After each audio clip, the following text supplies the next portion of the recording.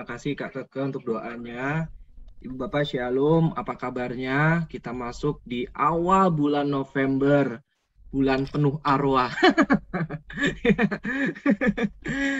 Karena bacaan-bacaannya seperti yang kita tulis dalam sebuah latihan renungan berkaitan dengan akhir zaman ya. Saya waktu buat materi Kombas, wah ini menarik karena materinya selalu berkaitan dengan kedatangan Yesus yang kedua kalinya. Nah, kita malam hari ini tentu nggak belajar mengenai akhir zaman, melainkan kita akan belajar kitab-kitab Deuterokanonika. Di bulan Agustus kita sudah belajar mengenai sejarah Deuterokanonika. Semoga masih pada ingat ya, bagaimana gereja Katolik bukan menambahkan kitab suci, melainkan teman-teman kita lah yang memang menghilangkan beberapa kitab dalam Alkitab. Kenapa? Karena kitab suci itu dikanonisasi oleh Paus Damasus yang pertama pada tahun 382 382 Masehi ya. 382 Masehi itu oleh Paus Damasus, dan dulu tidak ada istilah Deuterokanonika ya, tetapi pada saat reformasi mulailah muncul pada abad ke-16 istilah Deuterokanonika untuk membedakannya. Nah, Ibu Bapak dan teman-teman, kita tentu berharap bahwa malam hari ini kita semakin mengenal kitab-kitab Deuterokanonika. Perbedaannya antara kita dan teman-teman kita yang Kristen non-Katolik adalah dalam kitab-kitab ini. Ya, kita bukan merasa lebih baik, tentu tidak. Kita merasa lebih lengkap juga. Memang lebih banyak kitabnya, lebih lengkap. Tetapi hal tersebut tidak membuat kita merasa lebih baik lah dibandingkan teman-teman kita, saudara-saudara kita itu. Enggak. Ya, ada perbedaan cara pandang. Ya, kalau misalkan beberapa teman di sini yang belum ikut di bulan Agustus, saya nggak tahu Bu Eni pengajaran mengenai Deuterokanonika diupload di YouTube nggak ya waktu itu? Ada sebagian yang diupload tapi non-publis Kak. Jadi semua ada di YouTube, cuman ada yang publis dan non-publis. Bedanya kalau gitu. yang publis berarti sudah legalitas Romo. Oke. Baik. Ya, silakan nanti kalau misalkan memang dicari ada, silakan dengarkan ya, karena panjang lebar dijelaskan di sana. Nah, malam hari ini kita akan belajar mengenai kitab Yesus bin Sirach. Ya, oke. Karena perbedaannya itu cukup kompleks ya Ibu Bapak ya, antara kita dan teman-teman kita yang Kristen non-Katolik, bahwa kita berpegang pada konsili yang ada dalam gereja Katolik ya. Tetapi kalau misalkan teman-teman kita yang Kristen non-Katolik itu berpegang pada konsili Yamnia. Ya, kalau kita kan sejarahnya panjang ya. Jadi memang konsili gereja Katolik itulah yang menjadi pegangan dari kita sebagai umat Katolik. Ya, kita taat pada magisterium. Tetapi teman-teman kita yang Kristen non-Katolik itu berpegang pada konsili Yamnia atau Yafni. Ya, dari perbedaan sumber bahasanya. Kalau kita menggunakan kitab-kitab Perjanjian Lama yang versi Septuaginta, kalau teman-teman kita yang Kristen non-Katolik menggunakan versi yang Ibrani. Itu aja bedanya. Ya. Dan tentu perbedaan-perbedaan ini bukan membuat kita semakin jauh, tetapi semoga dengan perbedaan membuat kita semakin dekat satu sama lain. Oke, sekarang kita lihat Yesus bin Sirach, pengantarnya.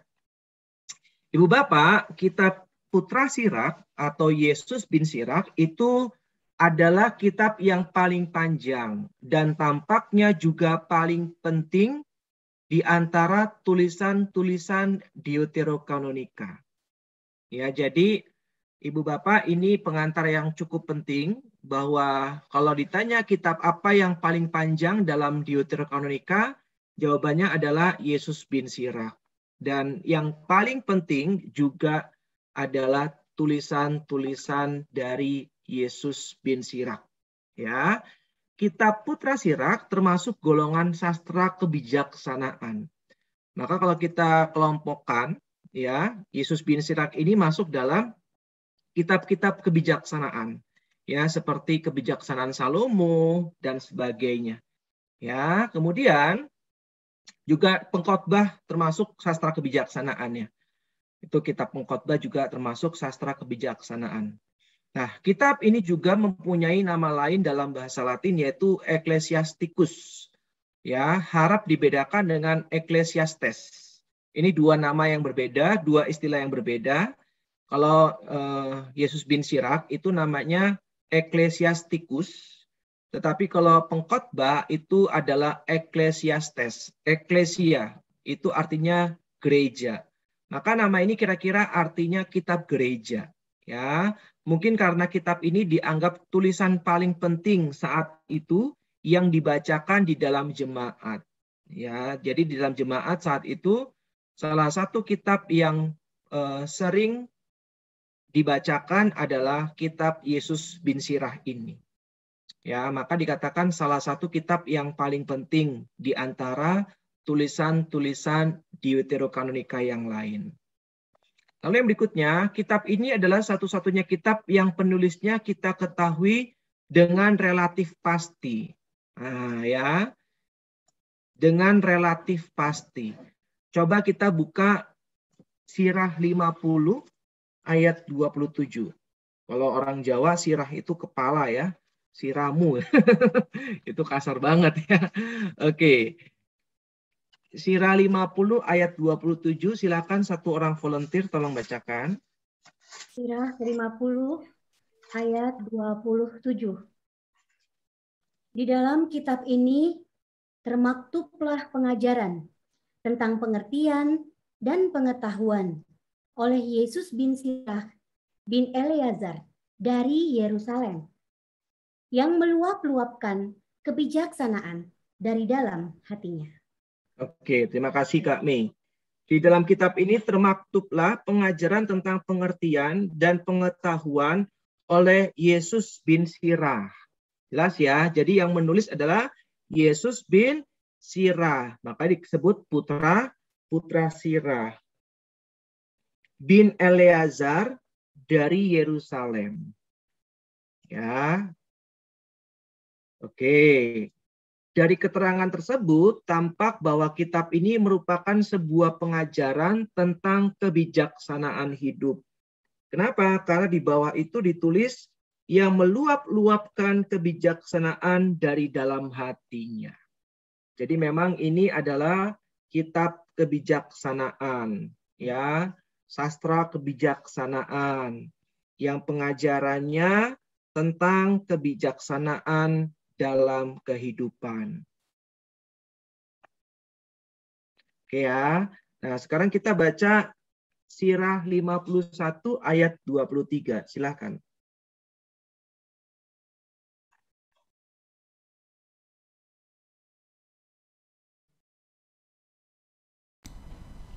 Hendaklah mendekati aku, hai kamu sekalian yang belum terdidik, dan hendaklah tinggal di rumah pendidikan. Oke, terima kasih Ibu. Jelas ya? Coba kita baca sekali lagi. Hendaklah mendekati aku, hai kamu sekalian yang belum terdidik, dan hendaklah tinggal di rumah pendidikan. Nah, Sirah 51 ayat 23 ini tampaknya putra Sirak adalah seorang guru hikmat. Ya, kalau kayak di Indonesia itu contohnya seperti Cak Nur.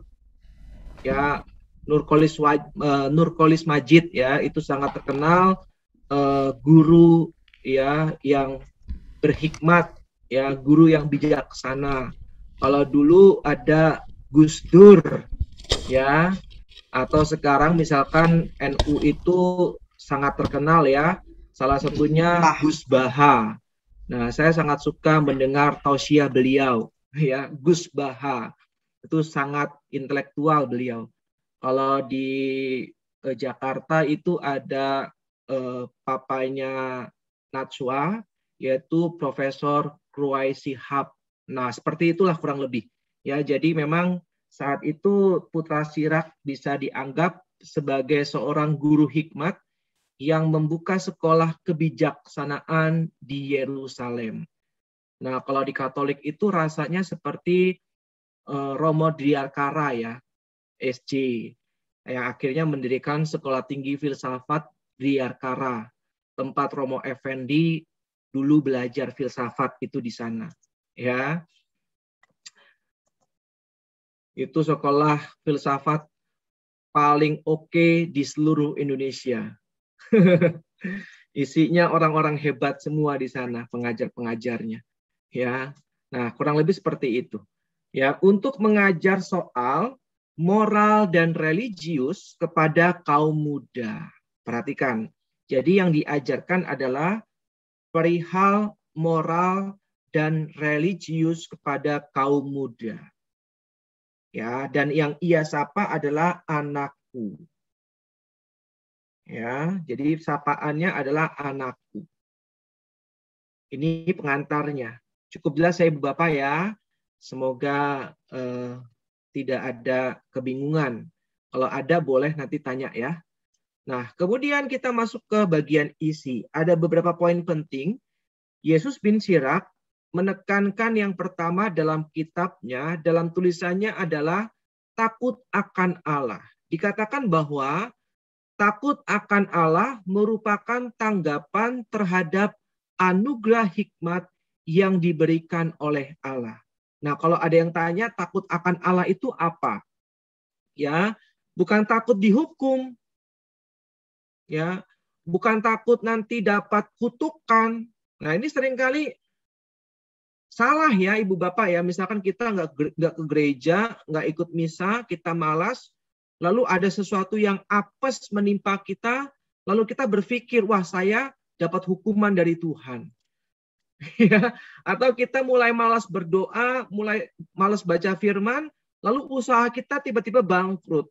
Lalu kita bilang, wah Tuhan menghukum saya agar saya kembali kepada Tuhan, agar saya bertobat, berdoa, dan baca firman lagi. Enggak, itu bukan takut akan Tuhan yang dimaksud di dalam Yesus bin Sirah ini. Ya, kalau seperti tadi itu berarti merasa bahwa Allah itu Allah yang penghukum. Nah, ini seperti dalam sesi pertama seminar hidup dalam Roh Kudus ya, gambaran Allah yang salah.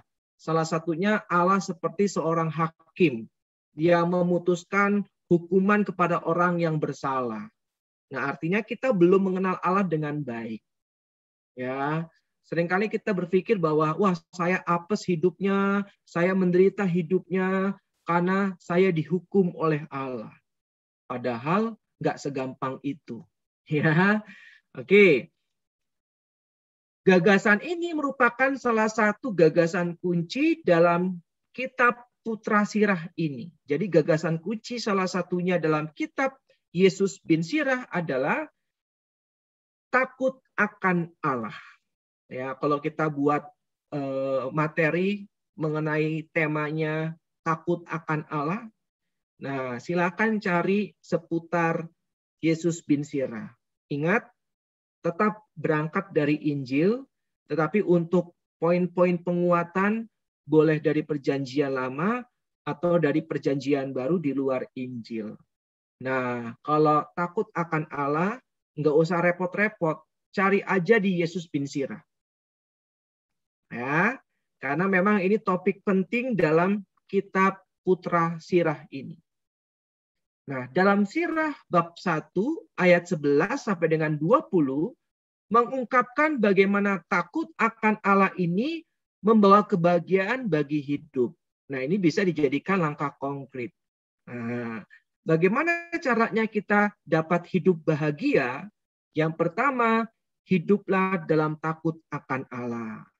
Silakan buka Sirah 1 ayat 11 sampai dengan 13. Nah, dijelaskan takut akan Allah itu apa? Bagaimana caranya saya bisa hidup dalam takut akan Allah?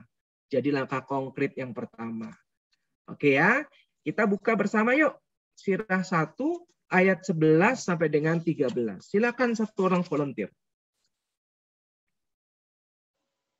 Takutan akan Tuhan adalah kemuliaan dan kebanggaan, kesukaan dan puncak kegembiraan. Ketakutan akan Tuhan menyegarkan hati, memberikan sukacita, keriangan, dan umur panjang. Oke, terima kasih Bu Eni. Ya, 13 ya. Orang yang takut akan Tuhan akhirnya mendapat sejahtera dan pada hari ajalnya dipuji. Oke, terima kasih. Jelas ya, Ibu Bapak ya. Ketakutan akan Tuhan adalah kemuliaan dan kebanggaan. Ingat, ketakutan akan Tuhan bukan seperti tadi ya. Takut dihukum, takut dikutuk, ya, takut hidupnya menderita. Maka kita ke gereja, kita misa, kita berdoa, kita baca firman, kita aktif pelayanan, bukan agar kita diberkati. Bukan agar kita tidak dihukum oleh Tuhan. Nah, ini cara berpikir yang salah. Kita melayani, kita hidup dalam doa, kita hidup dalam firman, karena kita sudah diberkati oleh Tuhan. Maka dengan kita hidup dalam pelayanan, kita mau memberikan yang terbaik atas kasih dan berkat yang sudah Tuhan berikan. Ya, itu ya. Maka kalau ada yang bilang, aku pelayanan deh, agar aku semakin diberkati oleh Tuhan. Nah, berarti motivasinya nggak benar. Ya. Kita pelayanan bukan untuk semakin diberkati, melainkan kita pelayanan karena kita ingin membalas kebaikan dan cinta Tuhan. Ya, oke. Lalu yang berikutnya, ketakutan akan Tuhan menyegarkan hati, memberikan sukacita, keriangan, dan umur panjang. Nah, Bu Oli itu kan umurnya panjang. Jadi beliau itu takut akan Tuhan. Ya. Lalu dikatakan kesukaan dan puncak kegembiraan. Ya, tadi ayat 11 ya kelewat. Jadi puncak kegembiraan adalah kalau kita hidupnya takut akan Tuhan. Jadi takut akan Tuhan itu artinya kita menanggapi anugerah hikmat yang diberikan oleh Allah. Bersyukur atas hidup kita. Dapat rezeki hari ini toko misalkan biasanya omset satu hari 500.000. Hari ini 50.000. Ya, 10%-nya. Nah, kalau orang yang takut akan Tuhan, dia akan bersyukur. Inilah anugerah yang Tuhan berikan, rezeki yang Tuhan berikan hari ini. Nah, itu takut akan Tuhan. Kalau orang yang nggak takut akan Tuhan, ngeluh. Ya, hari ini cuma dapat 50.000. Biasanya bisa sampai 500.000. Nah, ini dua perbedaan yang mencolok. Jelas ya, Bu Bapak ya. Kalau orang yang takut akan Tuhan, hidupnya selalu bersyukur pada Tuhan dan melihat semuanya dari cara pandang Tuhan. Ya, hidupnya menderita, bersyukur. Oh, semoga dengan penderitaan membuatku semakin setia pada Tuhan. Nah, ini ciri-ciri orang yang takut akan Tuhan. Ya, tetapi kalau orang yang nggak takut akan Tuhan akan bandingkan. Tuhan, aku kok udah pelayanan, hidup kok gini-gini aja ya. Bahkan aku seringkali menderita. Itu si Bu Herna hidupnya nggak pernah pelayanan, happy-happy aja, kliniknya rame terus, ya kan, dan sebagainya, ya kan. Nah, itu berarti contoh orang yang tidak takut akan Tuhan. Ya, semoga semakin jelas ya Ibu Bapak ya definisi orang yang takut akan Tuhan. Jadi orang yang selalu bersyukur atas kehidupannya dan melihat segala sesuatu dari kacamata Tuhan. Kemudian ayat yang ke-13, orang yang takut akan Tuhan akhirnya mendapat sejahtera dan pada hari ajalnya dipuji. Dipuji oleh siapa? Ya oleh Tuhan. Karena pada saat nanti ajal menjemput, jiwa kita langsung berjumpa dengan Tuhan Yesus. Nah, seperti dalam sebuah perikop, baik sekali perbuatanmu hambaku yang setia. Aku akan berikan 5 talenta lagi. Nah, itu kan sebenarnya mengenai akhir zaman, ya, perumpamaan tentang talenta. Jadi kalau kita berbuat baik, maka Tuhan akan memuji kita. baik sekali perbuatanmu, Bu Linda, Bu Eni, gitu kan. Nah, itu yang tentu kita harapkan pada saat nanti kita berjumpa dengan Yesus. Oke ya. Kemudian bagian berikutnya, memuji takut akan Allah sebagai awal kepenuhan serta puncak kebijaksanaan. Silakan nanti baca sendiri, dimulai dari ayat 14 sampai dengan 20. Karena waktu kita terbatas. Jadi silakan catat dulu ayat-ayatnya. Jadi takut akan Tuhan itu adalah awal kepenuhan dan puncak kebijaksanaan. Jadi orang yang bijaksana itu cuma satu kuncinya. Hidupnya takut akan Tuhan enggak? Kalau hidupnya takut akan Tuhan, maka orang tersebut adalah orang yang bijaksana. Nah, orang yang selalu bersyukur atas setiap keadaan. Orang yang bisa melihat dengan kacamata Tuhan yang orang lain nggak bisa lihat. Inilah orang bijaksana. Ya. Maka orang yang takut akan Tuhan itu adalah orang yang benar-benar hidupnya penuh dengan kebijaksanaan. Nah, tentu kalau kita masih terus belajar ya Ibu Bapak ya. Saya kesandung aja kadang kesel. Aduh, sakit banget gitu kan. Itu perkara kesandung gitu ya. Ya kan. Terus mulai menyalahkan. Ini kok taruh barang sembarangan. Ya kan. Nah, itu saya masih belajar. Jadi masih jauh dari kata bijaksana. Ya. Oke. Maka menarik nih ya Ibu Bapak ya, ada cerita ini mungkin bisa dijadikan pengantar dalam renungan Ibu Bapak kalau mau. Jadi ada seorang bijaksana yang sangat terkenal karena kebijaksanaannya. Ya, bapak tua, ya tinggal di sebuah pedesaan. Lalu suatu ketika di pedesaan itu ada seorang gadis yang hamil. Dan yang menghamili adalah pacarnya sendiri. Tetapi pacarnya nggak bertanggung jawab. Nah, karena takut, gadis ini akhirnya menjawab. Ya, kan orang tuanya tanya, ya tetangga-tetangganya tanya, siapa yang hamilin kamu? Lalu dijawab, Pak tua yang bijaksana itu. Wah, lalu akhirnya mereka berbondong-bondong datang bersama dengan gadis yang hamil itu. Pak tua, ternyata Anda itu brengsek ya. Kami menilai Anda itu bijaksana, tetapi ternyata Anda menghamili gadis ini. Lalu sang bapak hanya tersenyum dan dia bertanya, lalu apa yang harus aku lakukan? Bapak harus bertanggung jawab, ya kan? Biarkan gadis ini tinggal bersama dengan bapak dan bapak harus mengasuhnya. Oh baik, saya akan terima dan akan saya lakukan itu. Lalu keesokan harinya bapak ini merawat gadis yang hamil tersebut dengan sangat baik. Hari berganti hari diperlakukan dengan sangat baik, ya tanpa marah, tanpa kesal. Hingga satu titik sang gadis merasa bersalah, ya karena sudah menjerumuskan si bapak tua itu di dalam masalahnya. Akhirnya dia nggak tahan lagi, dia cerita ke orang tuanya, Bapak, Ibu, sebenarnya bukan bapak tua itu yang menghamili saya, tetapi pacar saya.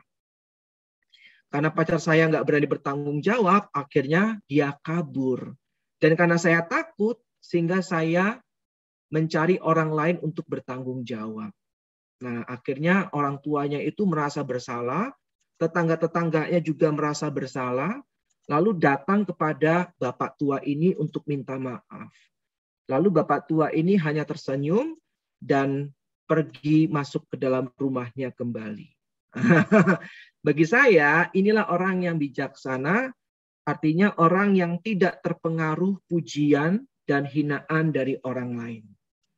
Ya, jadi kalau Mother Teresa itu bilang, terimalah hinaan dan cacian meskipun kamu tidak layak, bukan tidak layak ya, tidak berhak menerimanya. Ya, jadi cara-cara mencapai kerendahan hati. Nah, itu kan kalau Mother Teresa ada, kalau nggak salah 14 cara ya. Salah satunya terimalah hinaan dan cacian. meskipun bukan untuk kita. Ya, itu ciri orang yang bijaksana. Ya, oke. Kemudian yang berikutnya, kita lihat Sirah bab 2 ayat 1 sampai dengan 18. Menguraikan bagaimana orang yang takut akan Allah mesti bersikap dalam menghadapi pencobaan. Jadi Bu Bapak, kalau misalkan kita sedang menghadapi pencobaan, Sirah bab 2 ayat 1 sampai dengan 18 bisa menjadi kekuatan buat kita. Silakan nanti di rumah baca ya. Karena ini bagus sekali. Nah, dikatakan penderitaan orang benar dipandang sebagai ujian seperti emas diuji dalam api.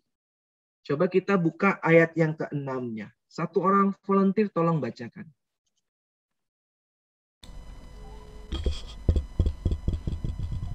Percayalah pada Tuhan, maka Ia pun menghiraukan engkau. Katakanlah jalanmu dan harapkanlah kepadanya. Oke, salah Kak Keke, maaf. Ayat 5. Oh, sebab emas diuji di dalam api, tetapi orang yang padanya Tuhan berkenan dalam kancah penghinaan. Oke, ini maksudnya ya. Jadi kalau dibaca dari awal itu sangat menarik. Anakku, jikalau engkau bersiap untuk mengabdi kepada Tuhan, maka bersedialah untuk pencobaan. Nah, loh. Kalau orang-orang pada bilang, wah, kalau kamu hidup dalam pelayanan, mengabdi Tuhan, hidupmu diberkati. Kamu akan menjadi kepala, bukan lagi ekor. Coba kalau kita baca barusan. Anakku, jikalau engkau bersiap untuk mengabdi kepada Tuhan, maka bersedialah untuk pencobaan. Nah, berani nggak kita ngomong ini ke teman-teman kita yang sedang dalam masa mau melayani? Ya kan? Lalu ayat yang kedua. Hendaklah hatimu tabah dan jadilah teguh dan jangan gelisah pada waktu yang malang. Berpautlah kepada Tuhan, jangan murtad daripadanya, supaya engkau dijunjung tinggi pada akhir hidupmu. Segala-galanya yang menimpa dirimu, terimalah saja. Seperti tadi Bapak tua tadi ya, meskipun dia difitnah, dia nggak mencoba melawan, membela diri, tapi dia terima. Nah, ya. Dan hendaklah sabar dalam segala perubahan kehinaanmu. Ya, seperti Bapak tadi, terkenal karena kebijaksanaannya, difitnah, lalu dihina sebagai orang yang brengsek. Tapi perkataan hinaan mereka tidak mempengaruhi karakter Bapak tua ini. Saya selalu mencontohkan berlian, kalau dilumpuri kotoran hewan, tetaplah berlian. Dan nilainya tidak berubah. Benar nggak Ibu Bapak? Ibu Bapak mau nggak dikasih berlian, tapi dibungkus dengan kotoran hewan? Mau nggak? Nggak mau dikasih berlian, tapi bungkusnya kotoran hewan. Kalau saya mau, tinggal saya cuci. Iya kan? Nah, itulah karakter orang yang bijaksana ya. Nggak peduli hinaan orang, tetaplah orang yang bijaksana itu bernilai. Ya, tetaplah orang yang bijaksana itu mahal harganya. Meskipun dihina, dicaci, dimaki, nggak berpengaruh dengan nilai mereka. Ya, saya belajar banget tuh dari seorang Bartimeus ya. Bagaimana ia disuruh diam, tetapi dia nggak peduli. Nah, itulah nilai iman Bartimeus. Nggak peduli orang lain suruh diam, tetapi ia terus berteriak. Nah, inilah orang yang memiliki nilai iman. Ya. Oke, selanjutnya ayat yang ke-5. Sebab emas diuji di dalam api, tetapi orang yang kepadanya Tuhan berkenan dalam kancah penghinaan. Percayalah pada Tuhan, maka ia pun menghiraukan dikau. Ratakanlah jalanmu dan berharaplah kepadanya. Ini pesan untuk kita yang sedang bergumul. Jadi kalau kita siap untuk mengabdi Tuhan, kalau ada pencobaan, kita jangan kaget. Karena dari awal sudah ditekankan. Semoga setelah SOG nggak ada yang mundur dari pelayanan ya Ibu Bapak ya. Karena sudah ditekankan bahwa orang yang hidup dalam pelayanan itu penuh dengan pencobaan. Ya, nggak gampang tentu ya. Saya waktu awal-awal merit itu kan anak pertama kami keguguran. Wah, itu sedih banget ya. Lalu nggak lama kemudian dikuret dan seterusnya. Maka waktu kemarin membaca renungannya Bu Herna, pengantarnya gitu ya, kehamilan anak pertama dijaga baik-baik benar-benar. Wah, itu saya teringat kembali tuh memori itu. Memang berkesan sekali ya, bagaimana anak pertama kami ternyata tidak bertumbuh sebagaimana mestinya. Ya, tetapi saya percaya bahwa ya ini adalah bagian dari proses pendewasaan iman ya dan karakter kami berdua, saya dan istri. Gitu. Oke ya. Dan saya percaya Ibu Bapak pasti juga punya pengalaman-pengalaman iman yang luar biasa. Saya percaya banget. Sehingga bisa bertahan sampai sekarang. Ya, itu saya percaya banget. Nah, itulah nilai iman kita. Ya, yang selalu setia. Seperti Bartimeus yang selalu setia berteriak meskipun orang lain mencemoohnya. Meskipun orang lain menyuruhnya untuk diam. Dia tetap berteriak. Karena nilai imannya tidak pernah terpengaruh dari orang lain. Ya, sama seperti kita ya Bapak ya, amin ya. Kita nggak pernah akan terpengaruh nilai iman kita seandainya orang-orang di sekitar kita mulai meninggalkan Kristus. Nah, ya. Oke. Kemudian, oleh karena itu, mereka yang takut akan Allah mesti tegar mempercayakan diri kepada Allah. Ya, saya akan bacakan ayat 7 sampai dengan 9. Kamu yang takut akan Tuhan, nantikanlah belas kasihan-Nya. Jangan menyimpang supaya kamu jangan terjatuh. Artinya kalau kita hidup dalam takut akan Tuhan, jangan kita sekali-sekali menyimpang. Ke dukun, ke orang pintar, nah, hati-hati ya. Nah ini artinya kita sudah mulai nggak percaya akan kuasa Tuhan. Ya kita mengandalkan kekuatan sendiri. Ya, kamu yang takut akan Tuhan percayalah padanya, niscaya kamu tidak akan kehilangan ganjaranmu. Kamu yang takut akan Tuhan harapkanlah yang baik, sukacita kekal dan belas kasihan. Ya, tidak seperti mereka yang kehilangan ketabahan hati. Nah, di ayat 10 mereka diingatkan kepada pengalaman mereka yang sudah hidup di generasi sebelumnya. Pandanglah segala angkatan yang sudah-sudah dan perhatikanlah siapa gerangan percaya pada Tuhan lalu dikecewakan, siapa bertekun dalam ketakutan kepadanya dan telah ditinggalkan, atau siapa berseru kepadanya lalu tidak dihiraukan oleh. Jadi pengalaman angkatan-angkatan sebelumnya, mereka itu tidak pernah dikecewakan dan tidak pernah ditinggalkan oleh Tuhan. Itu pengalaman angkatan-angkatan sebelumnya. Jadi disampaikan oleh Yesus bin Sirak bahwa pandanglah segala angkatan yang sudah-sudah dan perhatikanlah. Siapa yang percaya pada Tuhan lalu dikecewakan? Enggak ada. Tuhan tidak pernah mengecewakan. Nah, ya. Tuhan tidak pernah meninggalkan kita. Nah, ya. Yang ada adalah kita sering mengecewakan Tuhan. Kan kalau kita doa mohon hadirat Tuhan ya. Nah, kalau Tuhan doa mohon hadirat kita. Ya. Jadi kalau kita doakan Tuhan datanglah gitu ya. Tapi kalau Tuhan datang, kalau Tuhan doa, Vindes datanglah aku rindu. Terus saya bilang, nanti dulu Tuhan. Coba kalau dibalik, Tuhan datang aku rindu, ya kan? Terus Tuhan bilang, nanti dulu Vindes.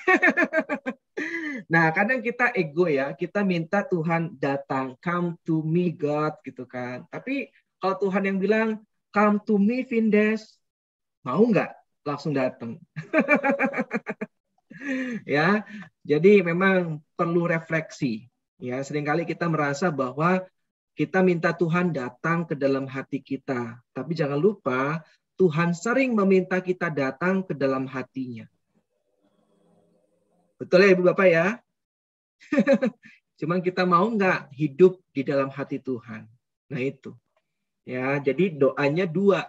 Tuhan hadirlah di dalam hatiku dan aku di dalam hatimu. Nah, ya. Kemudian yang selanjutnya, Syirah 34 ayat 14 sampai dengan 17. Putra Syirah merenungkan takut akan Allah sebagai sesuatu yang indah. Coba satu orang volunteer tolong bacakan.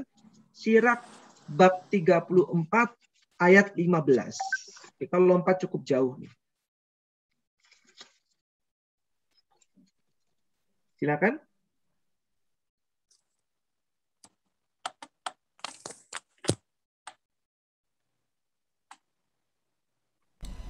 Berbahagialah orang yang takut akan Tuhan. Kepada siapakah ia berpegang dan siapakah sandarannya?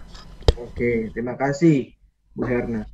Berbahagialah orang yang takut akan Tuhan, kepada siapakah ia berpegang dan siapakah sandarannya? Hanya Tuhan. Nah ya, lalu Allah akan memberkati mereka. Jadi kita yang sungguh-sungguh hidup di dalam takut akan Tuhan, Tuhan akan memberkati mereka. Mata Tuhan tertuju kepada orang yang cinta kepadanya. Nah, perhatikan nih. Tuhan menjadi perisai kuat dan sandaran yang kokoh. Naungan terhadap angin yang panas dan perlindungan terhadap panas terik siang hari. Penjagaan sehingga tidak tersandung dan pertolongan sehingga tidaklah runtuh. Tuhan menegakkan hati dan menerangi mata, memberi kesembuhan, hidup, serta berkat. Nah, itu Ibu Bapak ya. Jadi takut akan Tuhan itu sesuatu yang indah dan Tuhan akan memberkati orang-orang yang takut akan Dia. Itu yang pertama ya. Sekarang yang kedua, karena masih cukup banyak, Yesus bin Syirah menekankan persahabatan.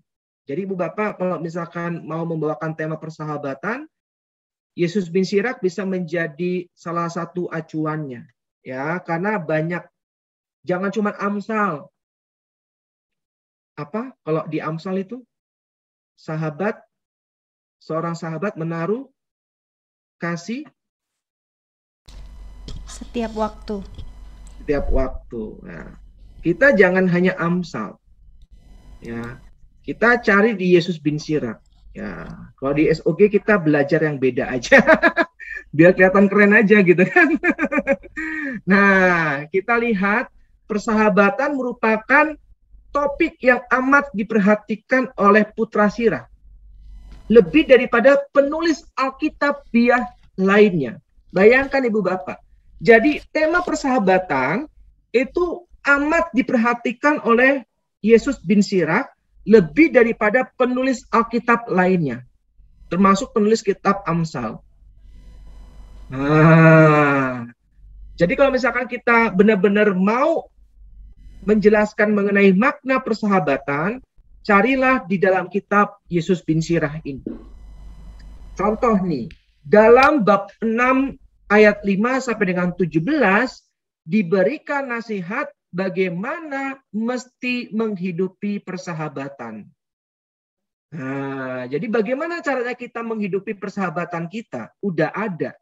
Coba buka Syirah 6 ayat 7 dan 9. Nah, jadi kalau kita sekarang punya sahabat lagi renggang hubungannya, kirimin aja ayat ini. Ya. Silakan, satu orang volunteer tolong bacakan. Jika engkau mau mendapat sahabat, kajilah dia dahulu. Ada juga sahabat yang berubah menjadi musuh, lalu menceritakan persengketaan untuk menistakan dikau. Oke, terima kasih Bu Eni, bagus sekali. Jika engkau mau mendapat sahabat, kajilah dia dahulu. Ya, disarankan demikian. Dan jangan segera percaya padanya. Ada juga sahabat yang berubah menjadi musuh. Ada nggak Ibu Bapak? Nah, ada ya. Lalu menceritakan persengketaan untuk menistakan dikau. Ada yang punya pengalaman ini? Banyak ya. Nah, jadi sudah diingatkan oleh Yesus bin Sirah ya. Jadi pertama, kalau kita mau bersahabat, kita harus mengkaji orang itu. Benar nggak kalau ia itu adalah seorang yang tulus hati? Jangan-jangan ada udang di balik batu. Bakwan ya. Bakwan udang namanya itu. Jadi kaji dulu. Nah, ini langkah konkretnya nih kalau tema persahabatan. Ya, kaji dulu nih. Teman kita ini benar-benar tulus enggak? Ya, bisa dipercaya enggak? Karena jangan-jangan nanti ternyata tidak tulus dan tidak dapat dipercaya, dari sahabat berubah menjadi musuh. Nah, ya. Yang kedua, coba kita lihat, sahabat terbaik adalah mereka yang takut akan Allah karena mereka memperjuangkan nilai-nilai kehidupan yang sama. Nah, ya, kalau kita punya nilai-nilai yang sama dalam kehidupan kita, maka kita akan mudah menjadi seorang sahabat. Karena kita punya nilai-nilai yang sama. Misalkan kejujuran, ya kan, kebenaran, itu tujuan persahabatan kita. Ya, terus apa adanya, tidak ada kepalsuan. Nah, kalau kita punya nilai-nilai yang sama, yang kita perjuangkan, maka tidak sulit untuk bersahabat. Kayak beberapa di antara kita di SOG mungkin sebelumnya hanya kenal aja ya, tapi setelah di SOG semakin nggak kenal. Oh enggak lah ya, semakin kenal. Ya, semakin akrab. Saya bilang sama Bu Linda, aduh kangen banget sebenarnya pengen ketemu keluarga SOG di Semarang gitu kan. Semoga pandemi cepat berlalu ya. Iyalah, kita masa cuma ketemu online selama setahun, rasanya nggak afdol kalau nggak ketemu langsung gitu. Kalau sama Bu Eni udah pernah. Sama Kak Nina udah pernah. Sama Bu Linda belum. Ya, sama Bu Herna, Kak Nelly ya, semuanya belum pernah. Jadi berharap semoga pandemi cepat selesai. Mungkin seperti yang Bu Lita rindukan, kita bisa retret bersama di Pontianak. Amin. Amin. Amin ya. Bu Linda ya. Amin. Bu Eni. Amin. Bu Herna. Ya booking, Kuliner, Pak. kuliner. Ini booking langsung, Kak. Iya, amin. Beneran lo ya. Iya dong. Ya, nanti kita bawa dalam doa. Semoga Bisa Tuhan naik berat badan. berkenan. Oke, ya. Lanjut ya. Nah, sekarang kita baca ayat 10 sampai dengan 16, tapi khususnya ayat 11 sampai dengan 13 dulu. Namun nanti Ibu Bapak di rumah tolong baca semuanya ya, biar jelas ya. Kalau sekarang kita nggak cukup waktunya, maka kita baca ayat 11 sampai dengan 13 saja. Silakan. Pada waktu engkau sejahtera, ia adalah seperti engkau sendiri dan lancang berbicara dengan seisi rumahmu. Bu, sorry. Loh, Sirah 9. Ayat 11. Sirah 9 ayat 11 sampai 13. Oh, oke. 11 sampai 13. Jangan iri hati kepada hasil orang berdosa, sebab tidak kau ketahui bagaimana akhirnya. Jangan bersenang hati atas kesenangan kaum fasik. Ingatlah bahwa ia tak akan terluput hingga masuk dunia orang mati. Jauhilah orang yang berkuasa untuk membunuh, maka engkau tak akan dikejutkan oleh ketakutan akan mati.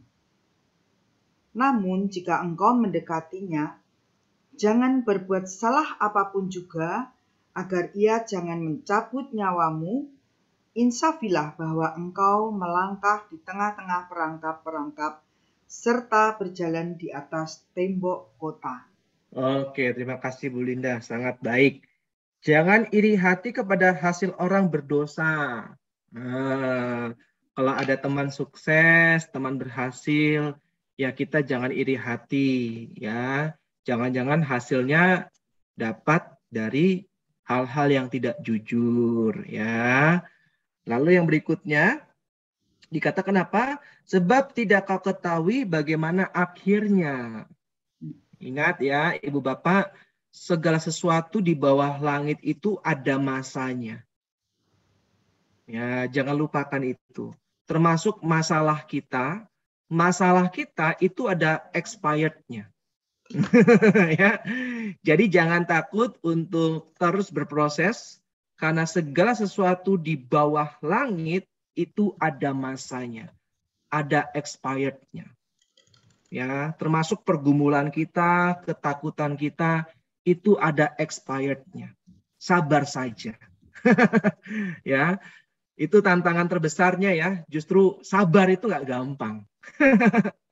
Ya, maka kita butuh rahmat Tuhan. Nggak bisa berjalan sendirian. Oke, kemudian dikatakan bahwa Putra Sirah menyampaikan jenis manusia yang mesti dihindari. Tadi kita baca ya, kita diminta untuk menjauhi orang yang fasik. Maka dikatakan di ayat 12, jangan bersenang hati atas kesenangan kaum fasik. Ya, ingatlah bahwa ia tidak akan terluput hingga masuk dunia orang mati.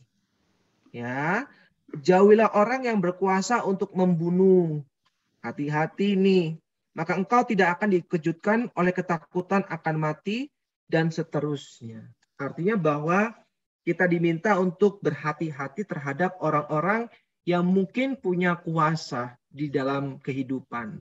Ya, entah dia seorang pejabat ya di pemerintahan dan sebagainya yang kita nggak tahu bagaimana kehidupannya, sehingga kita diminta untuk berjaga-jaga dan berhati-hati. Ya, bukan berarti nggak boleh berteman, tapi dikatakan apa?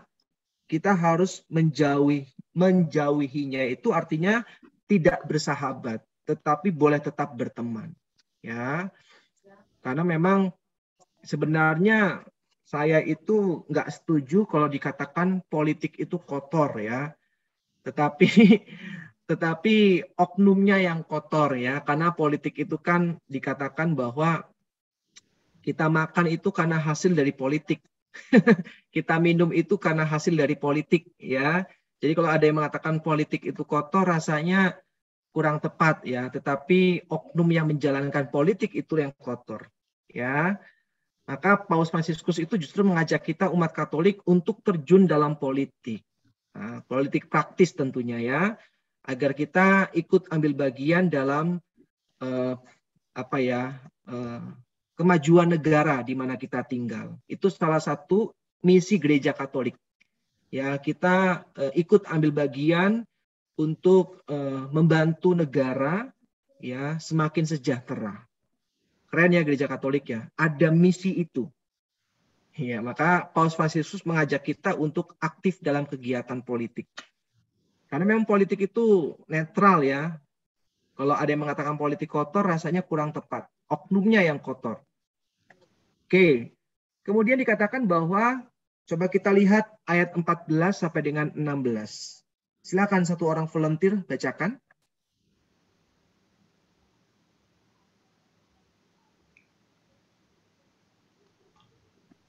Bab 9 ya Kak Vindes? Ya, Bu Lili. Indahkanlah sesamamu sedapat-dapatnya, dan hendaklah berunding dengan orang bijak. Pembicaraanmu hendaknya dengan orang arif, dan percakapanmu mesti mengenai hukum Taurat dari Yang Maha Tinggi.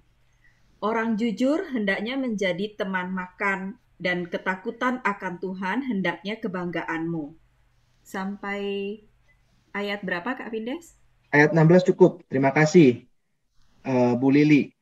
Jelas ya, Ibu Bapak ya. Saya fokus di ayat yang ke-15. Pembicaraanmu hendaknya dengan orang arif. Ya, kita diminta untuk bergaul, bersahabat dengan orang yang arif. Bukan orang yang namanya arif. Ya. Dan percakapanmu ya, mesti mengenai hukum Taurat dari yang maha tinggi. Orang jujur hendaknya menjadi teman makan, bukan makan teman, ya. Dan ketakutan akan Tuhan hendaknya kebanggaanmu, ya. Jadi kita diminta tadi untuk menjauhi orang-orang yang berkuasa untuk membunuh. Artinya orang-orang yang memang tidak baik motivasinya karena kuasanya itu. Ya, kan banyak ya orang yang udah punya kuasa, punya motivasi yang tidak baik ya. Semakin memperkaya dirinya, ya semakin justru menindas rakyat. Orang-orang korupsi itu kan sebenarnya kan membunuh rakyat. Ya, membunuh di sini bukan hanya fisik ya Ibu Bapak ya. Tetapi banyak hal ya, membunuh keuangan, membunuh pendapatan. Nah, para koruptor itu kan juga membunuh ya. Orang-orang miskin semakin miskin, ya uang negara dikorupsiin, ya sehingga ya mereka menjadi semakin miskin dan tidak berdaya. Nah, orang-orang seperti ini yang berkuasa, yang membunuh, itu sebaiknya kita jauhi. Jangan kita temani. Nanti kita ikut-ikutan. Tenang, saya kuat doa rosario. Nggak ngaruh.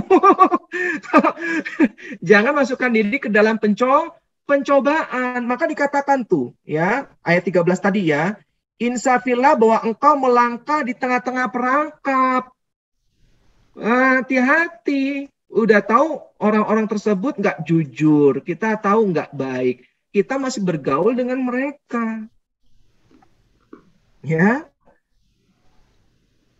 Nah, sekarang kita diminta untuk benar-benar bergaul dengan orang yang bijaksana. Ya, yang memang omongannya adalah yang berkaitan dengan hukum Taurat. Ya, maksudnya adalah yang dekat dengan Tuhan.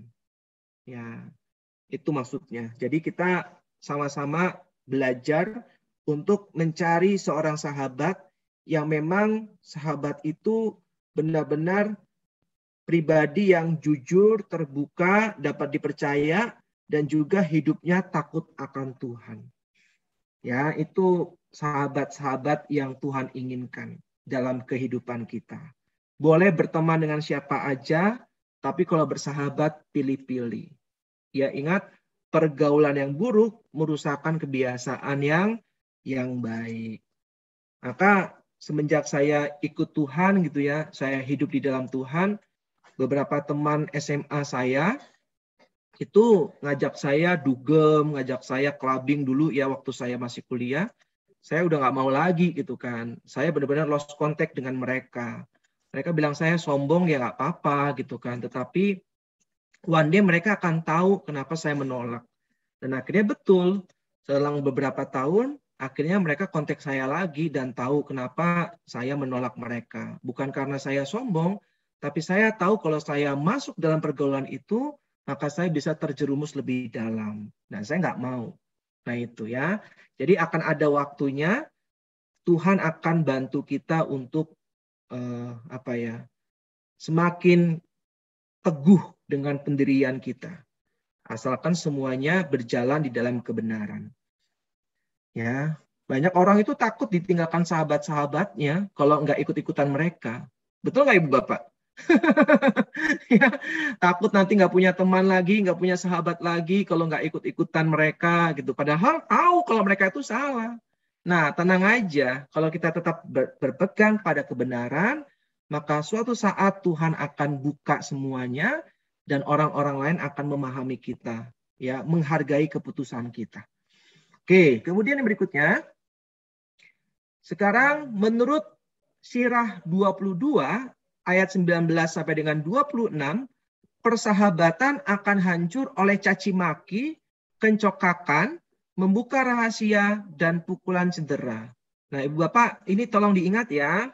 Jadi dalam bersahabat, jangan pernah mencaci maki sahabat kita. Ya, mengeluarkan kata-kata yang tidak baik. Lalu congkak, sombong, ya pamer. Nah, itu juga nggak baik ya. Pamer harta ke depan sahabat kita. Nih, gue barusan beli iPhone 13. Lu punya nggak? Nah, ada loh yang seperti itu, ya kan? Lalu membuka rahasia atau aib. Ini kan juga tentu sangat tidak boleh ya. Kalau Santa Teresia Avila atau Lisieux, saya lupa, itu bilang, simpanlah aib orang lain seperti engkau menyimpan aibmu sendiri.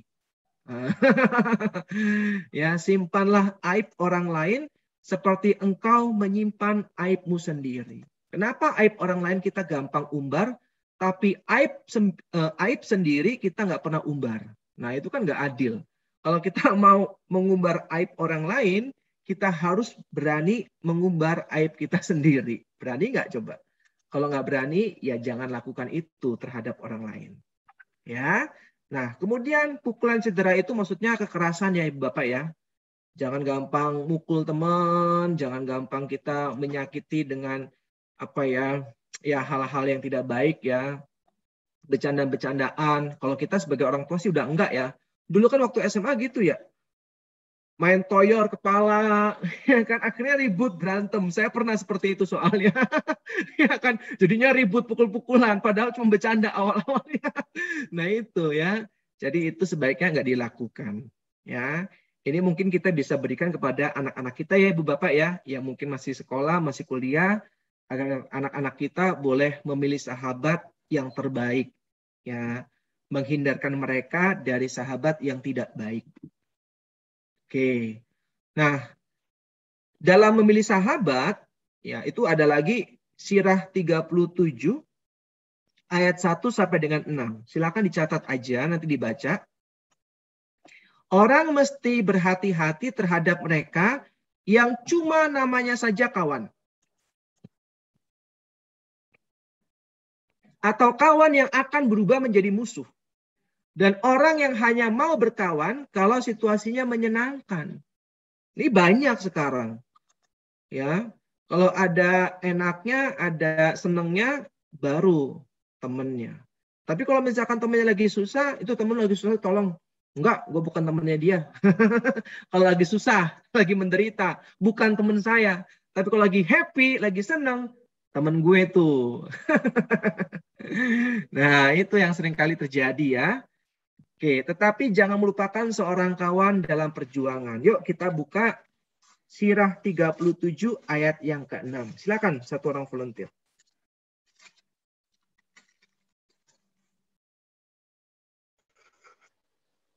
Janganlah melupakan seorang kawan dalam perjuangan, dan manakala engkau kaya, ia jangan lenyap dari ingatanmu.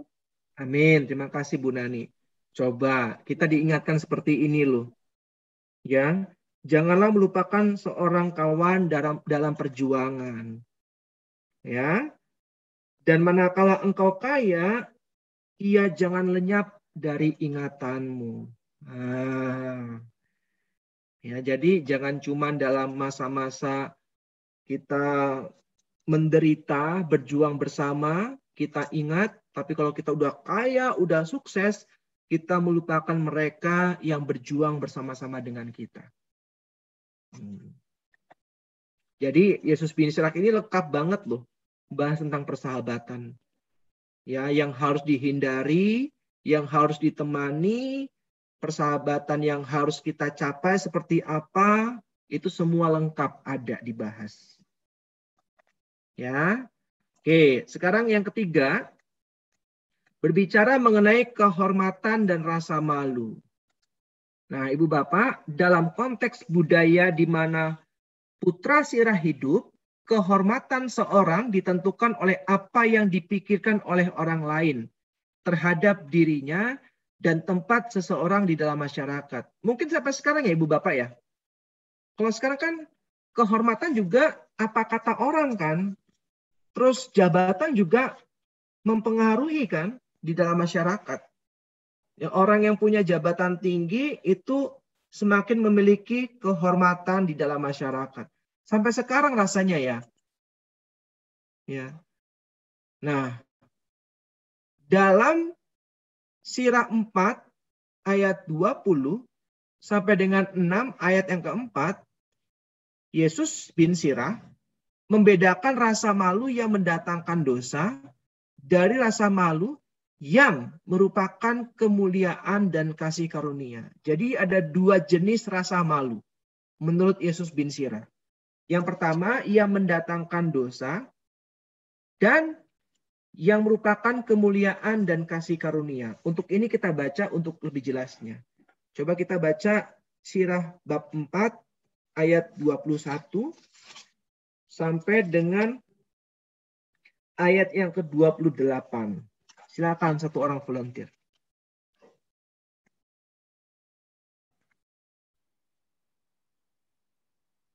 Sirah 4 ayat 21 sampai dengan 28. Sebab ada malu yang mendatangkan dosa, tetapi juga ada malu yang merupakan kemuliaan dan kasih karunia. Jangan pandang orang sehingga engkau sendiri kerugian, dan jangan segani orang sehingga menjadi keruntuhanmu sendiri. Jangan menahan perkataan apabila dapat menyelamatkan. Kebijaksanaanmu jangan kau sembunyikan.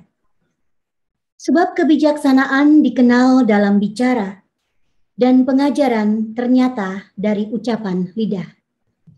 Kebenaran jangan kau tentang, tetapi hendaklah malu karena kebodohanmu. Jangan malu-malu mengaku dosamu, dan arus sungai jangan kau lawan. Jangan menyerahkan dirimu kepada orang bodoh, pun pula jangan memihak kepada orang yang berkuasa. Berjuanglah mati-matian untuk kebenaran, maka Tuhan Allah akan berperang untukmu. Demikian. Amin. Terima kasih, Kak Mei. Jelas ya Bu Bapak ya, dua jenis rasa malu ya. Ayat 21 itu jelas banget. Sebab ada malu yang mendatangkan dosa, tetapi juga ada malu yang merupakan kemuliaan dan kasih karunia. Ya, saya nggak tahu kalau koruptor di Indonesia itu masuk malu yang mana, atau nggak ada malu. Udah salah korupsi, ya kan pakai jaket khas KPK, malah selfie. malah bergaya di kamera ya. Itu malu yang tidak ada malunya. Ya, oke, makanya ya gitulah ya yang terjadi dengan negara tercinta. Yang salah merasa tidak malu, tetapi yang benar justru merasa malu melihatnya. Aduh, kacau nih orang Indonesia. Oke, ini menarik ya. Dikatakan bahwa kebenaran jangan kau tentang, tetapi hendaklah malu karena kebodohanmu. Janganlah malu-malu mengaku dosamu. Nah ini dosa yang mendatangkan kemuliaan dan kasih karunia. Ya, kita benar-benar berani ya untuk mengakui setiap dosa dan kesalahan kita. Ya. Kemudian yang berikutnya, kalau kita perhatikan, nanti silakan baca Ibu Bapak ya selanjutnya ya, karena waktu kita nggak cukup. Kemudian ia memberikan contoh perlunya kata-kata yang dapat dipercaya dalam berbicara. Tadi ya, ayat yang ke-23 dan 24. Jangan menahan perkataan apabila dapat menyelamatkan. Jadi Ibu Bapak, kalau misalkan kita mau mengeluarkan nasihat yang bisa menyelamatkan sahabat kita, jangan ditahan. Jangan ditahan. Ya, ingat jangan ditahan. Kalau memang kita mau ngomong, nggak apa-apa ngomong aja. Jangan ada perasaan nanti takut tersinggung. Jangan. Ya, kenapa? Kan dikatakan kebijaksanaanmu jangan kau sembunyikan. Nah, ya. Maka ini penting untuk sahabat kita, ya, bagaimana mereka dan kita tentunya juga butuh sahabat-sahabat yang berani menegur kita agar kita diselamatkan. Ya, nggak cuman sahabat yang selalu bilang hal-hal yang baik, tetapi sebenarnya yang dibutuhkan adalah nasihat-nasihat yang menegur di dalam kasih. Ya, saya selalu cerita mengenai ada sebuah cerita, bentar saya cas dulu. Ada seekor ini ya, kura-kura kecil. Ya, mungkin ibu bapak tahu ceritanya. Pada saat itu sedang dilanda kekeringan, sehingga dia tidak punya tempat untuk berenang. Lalu dua burung itu melihat dia. Lalu dua ekor burung ini langsung bilang kepada kura-kura itu, kura-kura, ayo kami angkut ke tempat yang ada airnya supaya engkau nggak kekeringan, ya kan? Supaya engkau bisa hidup. Wah, si kura-kura ini happy banget kan. Lalu kedua burung itu mencari ranting untuk kura-kura itu gigit.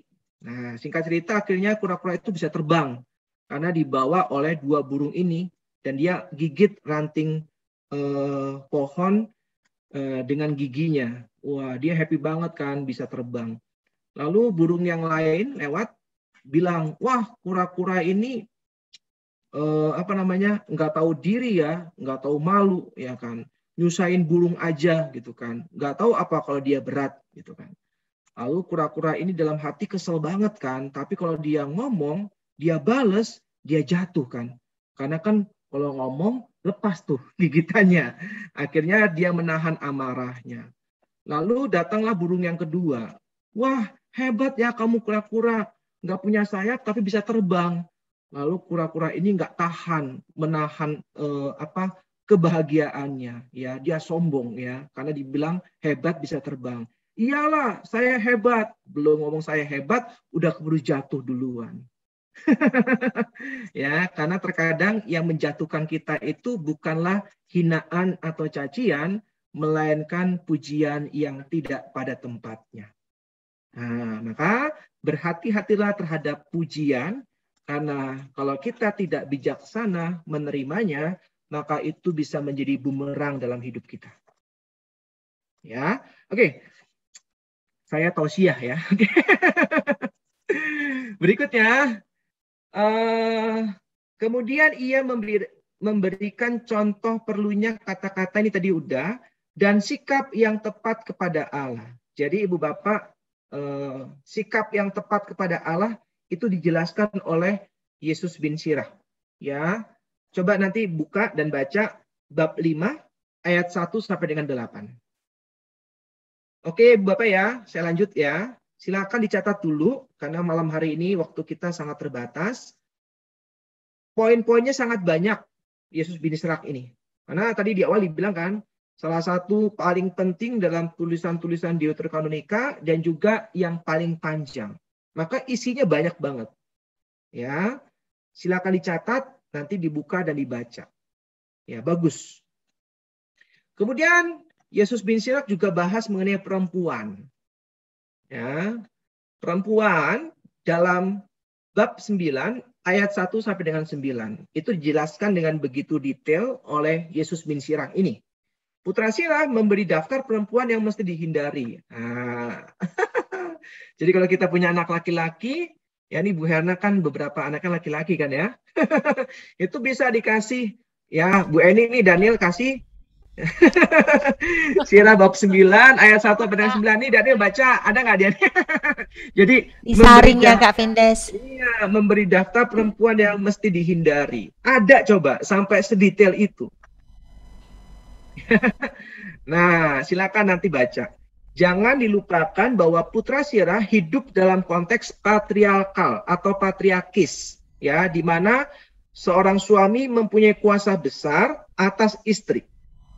Ini adalah sistem patriarkal atau patriarkis atau biasa patriarki ya, itu sama semua ya, di mana laki-laki itu lebih dominan, lebih berkuasa dibandingkan istri atau perempuan ya, dan segala hal yang menjadi miliknya.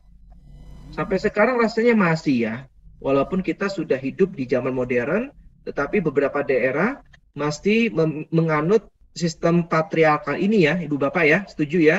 Bahwa suami begitu dominan, istri harus melayani dan sebagainya. Saya itu sering pewartaan online sekarang, kalau bawa materi ini, misalkan saya bilang kita itu sejajar ibu bapak, perempuan dan laki-laki, justru perempuan itu harus merasa dicintai, seperti Yesus mencintai gerejanya, demikian juga suami harus mencintai istri, seperti Yesus mencintai gerejanya. Kalau istri belum merasa dicintai oleh suaminya, istri punya kewajiban untuk menegurnya. Nah, saya sering tuh bawakan materi ini kan di beberapa kali kesempatan. Anak online, istri saya juga ikutan dengar. Nah, seringkali diungkit tuh, aku hari ini belum merasa dicintai olehmu. Jadi aku punya kewajiban untuk mengingatkanmu. Aduh, salah saya. Oke, jadi ini kebalikannya ya, bukan patriarkal namanya ini, tapi matriarkal pakai M. Bukan patriarkal tapi matriarkal. Istri yang lebih dominan dibandingkan suami. Oke. Oke, nasihatnya mengenai istri yang baik dan istri yang jahat. Tapi kita fokus di ayat yang ke-16 ya Ibu Bapak ya. Coba kita baca Yesus bin Sirah bab 25 ayat 16. Silakan. Lebih aku suka berumah bersama singa dan naga daripada bersama dengan istri yang jahat. Terima kasih Ibu. Kayaknya semakin ke belakang semakin mengecil suaranya ya. Lebih aku suka berumah bersama singa dan naga daripada bersama dengan istri yang jahat. Nah, ini nasihat dari Yesus bin Sirah. Jadi lebih baik tinggal bersama dengan singa dan naga daripada tinggal bersama dengan istri yang jahat. Maka dari awal, yaitu dari bab 9, ayat 1 sampai dengan 9, itu sudah dijelaskan perempuan-perempuan yang seperti apa yang harus dihindari. Itu sudah dijelaskan di bab 9, ayat 1 sampai dengan 9. Nah, sehingga nanti pada saat menikah, kejadian Sirah 25 ayat 16 ini nggak kejadian. Karena sudah diingatkan rambu-rambunya di bab 9. Gitu ya. Nah, tetapi karena ini konteksnya patriarkal, memang beberapa pernyataan Yesus bin Sirah ini memandang perempuan secara negatif juga ada. Ya, jangan kaget. Salah satunya coba kita baca Sirah bab 9 ayat 8. Ya, agak keras memang. Tetapi harus diingat konteksnya saat itu patriarkal ya Ibu Bapak ya. Laki-laki begitu dominan. Silakan.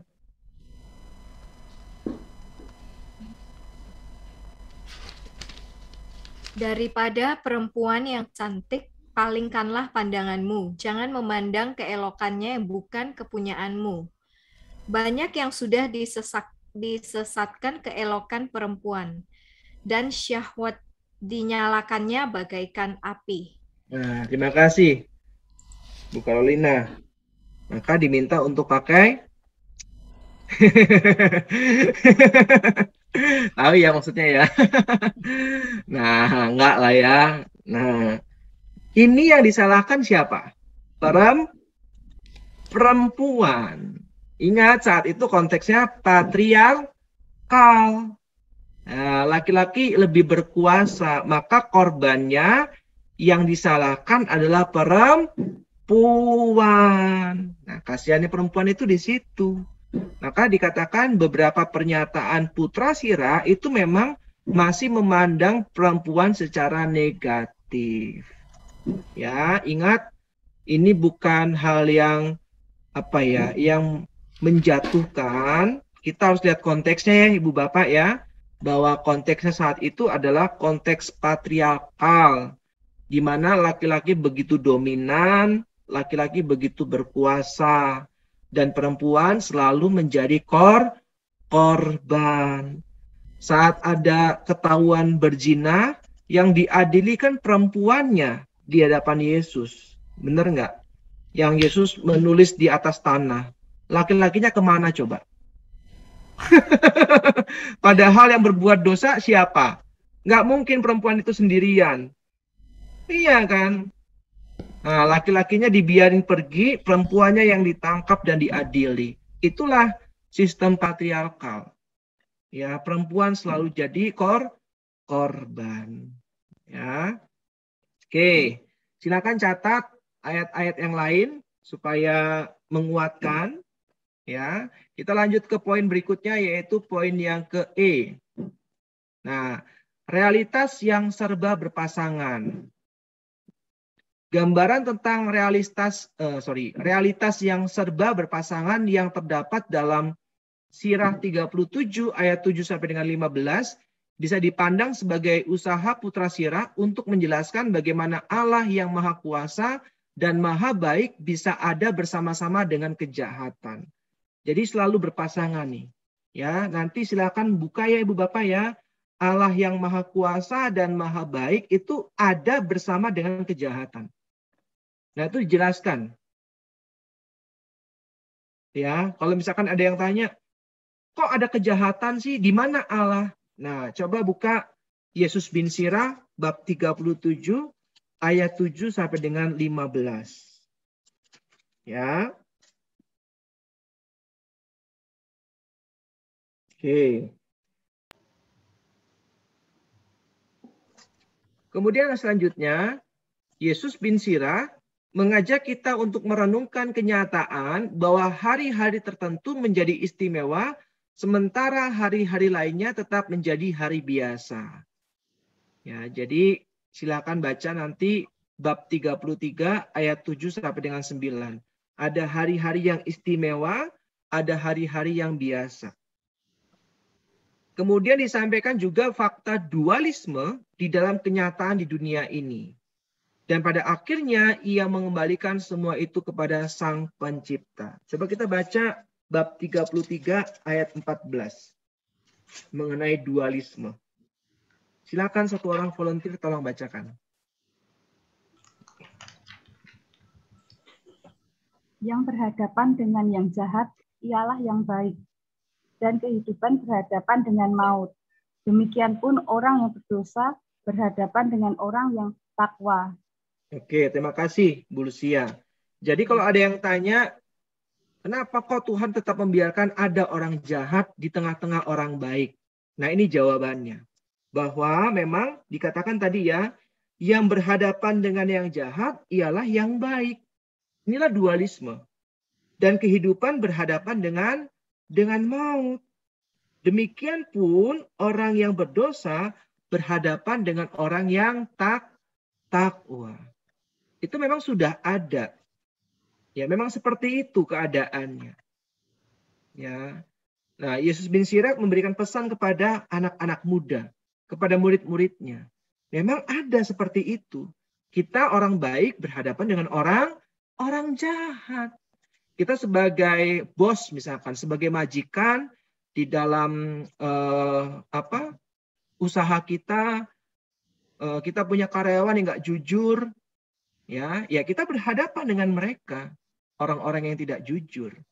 Ya, bukan berarti kita dibebaskan dari orang-orang yang seperti itu. Maka kalau misalkan kita orang benar, orang baik, kecolongan, kecopetan, ya jangan bilang saya kebal terhadap maling. Nggak bisa. Romo aja itu beberapa kali saya mendengar seperti di Brazil itu pastorannya itu dimaling kok. Lalu beliau diarak gitu kan, dipegang, lalu dimintain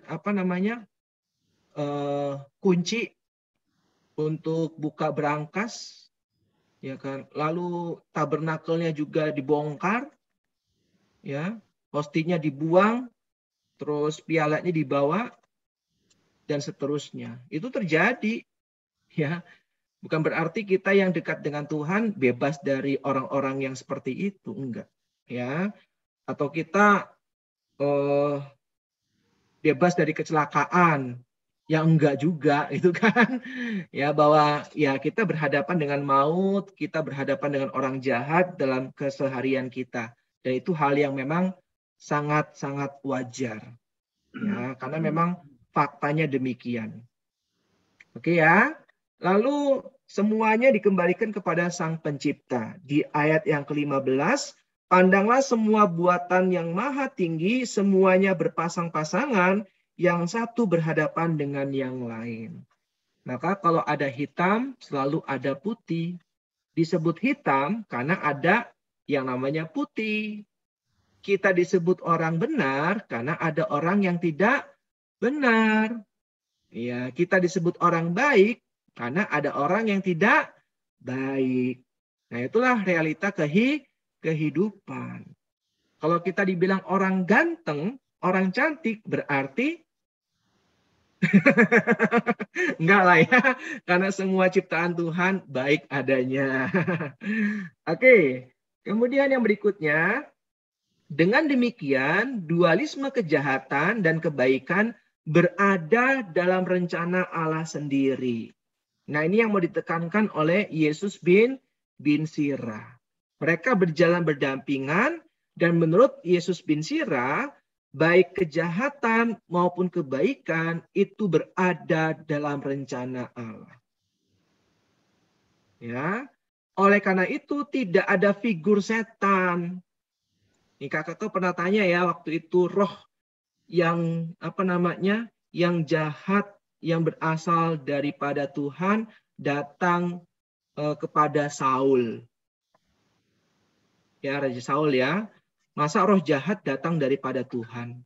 Nah, orang perjanjian lama itu selalu berpikir segala sesuatu itu asalnya dari Tuhan. Itu cara berpikir orang-orang perjanjian lama. Ya, Ayub dikutuk itu karena Tuhan. Tuhan tidak berkenan atas hidupnya Ayub, maka Ayub dikutuk. Nah, ini cara berpikir orang-orang perjanjian lama. Jadi kalau misalkan kita menemukan roh yang jahat yang Tuhan kirim, nah itu cuma gaya bahasa orang perjanjian lama. Karena bagi mereka semuanya berasal dari Allah, termasuk roh jahat. Nah, maka dikatakan juga dalam Yesus bin Sirah, kejahatan juga berada dalam rencana Allah. Oleh karena itu tidak ada figur setan yang menggoda dan menyesatkan anak manusia. Jadi nggak ada setan bagi Yesus bin Sirah. Manusia mempunyai kemampuan untuk mengatasi pikiran yang buruk yang merupakan kecenderungan manusia untuk berbuat jahat. Nah itu, jadi bagi Yesus bin Sirah, manusia berbuat jahat itu bukan andil setan, tetapi karena pikirannya yang jahat atau yang buruk. Dan manusia itu yang bertanggung jawab atas pikirannya sendiri. Ada benarnya ya Ibu Bapak ya? Ada benarnya ya? Walaupun nggak semuanya benar ya.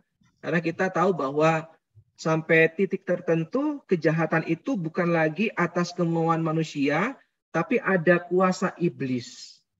Misalkan pembunuhan berantai, ya, mutilasi, habis itu mayatnya dimakan. Itu secara manusia rasanya nggak mungkin, ya, nggak masuk di akal, ya. Pembunuhan berantai dengan keji, ya, keluarganya dibunuh satu persatu, kemudian dimutilasi. Nah, itu ada kuasa di balik itu, ya. Nah, kalau Yesus bin Sirah bilang bahwa manusia punya kemampuan untuk mengatasi pikirannya sendiri yang buruk, yang tidak baik, sehingga bisa untuk tidak melakukan perbuatan yang jahat. Oke, semoga jelas ya Ibu Bapak ya. Nah, ini bagian-bagian terakhir. Nah, Yesus bin Sirah juga berbicara mengenai kematian. Ya, kematian adalah hal yang tak terhindarkan bagi semua manusia. Ya, bab 38 ayat 16 sampai dengan 23. Karena kematian seorang yang dikasihi, orang boleh bersedih, tetapi cukup 1 dan 2 hari. Ya. Jadi kalau kita berduka dikatakan nggak apa-apa kita bersedih, tetapi jangan terlalu lama. Cukuplah 1 sampai 2 hari. Coba kita baca bab 38 ayat 17. Silakan satu orang volunteer.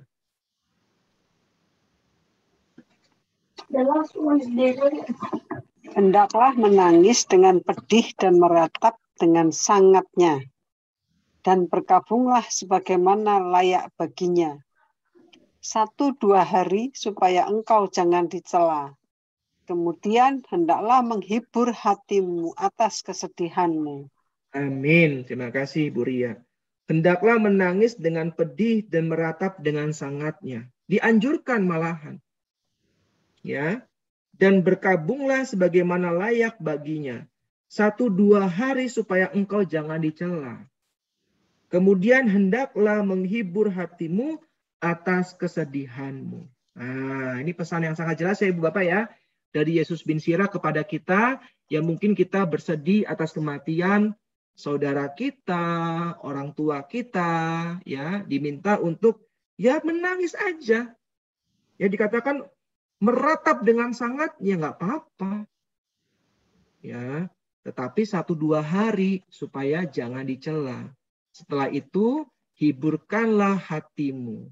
Ya mungkin bisa refreshing, ya melakukan hobi kita, jalan-jalan ke luar negeri misalkan. Jalan-jalan ke Pontianak, kuliner. Ya, itu bisa ya kan. Itu pesan dari Yesus bin Sirah. Kalau saya sih dalam hati ngomong gampang. Praktekinnya susah gitu ya. Ya, kalau lagi berduka mah apalagi orang-orang yang paling dekat 1-2 hari mah terlalu singkat gitu ya. Tetapi ya pesan tetaplah pesan. Firman Tuhan tetaplah firman Tuhan. Ya, kita mau belajar untuk taat. Meskipun sulit ya. Oke. Menurut Putra Sirah, nama baik akan menjadi kenangan seseorang dan merupakan sesuatu yang tinggal selama-lamanya. Jadi bagi Yesus bin Sirah, kekayaan itu akan dilupakan. Popularitas itu akan dilupakan.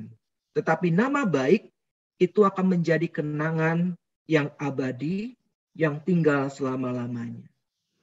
Nah, kalau mau buat tentang kematian, jangan lupa Yesus bin Sirah menjelaskan dengan cukup detail. Nah, ya, jadi nggak kesulitan lagi kalau temanya tentang kematian, apalagi mengenai nama baik. Ya, oke. Nah, sekarang kebijaksanaan. Dari mana asal kebijaksanaan? Bagaimana orang bisa mendapatkannya? Tadi di awal sudah dibahas. Merupakan topik yang dibicarakan pada bagian awal kitab ini. Bab 1 ayat 1 sampai dengan 10. Diuraikan bahwa Allah adalah sumber segala kebijaksanaan. Ia menganugerahkannya kepada mereka yang mengasihinya. Tanggapan yang tepat terhadap kebijaksanaan yang merupakan anugerah Allah ini adalah sikap takut akan Allah. Tadi sudah dijelaskan ya Ibu Bapak ya, panjang lebar ya. Bahwa takut akan Allah adalah awal. Terus apalagi tadi? Hidup dan puncak kebijaksanaan. Maka kalau kita ingin hidup di dalam kebijaksanaan Allah, maka kita harus hidup dalam takut akan Allah. Apa tadi definisi hidup takut akan Allah? Hidupnya bersyukur atas setiap rahmat, ya, hikmat yang Tuhan berikan, dan melihat segala sesuatu dari kacamata Tuhan. Nah ini baru kita nggak mungkin bahas malam hari ini karena sudah pukul 9:20 kalau nggak salah. Ya, oke, silakan Ibu Bapak kalau ada pertanyaan. Terima kasih.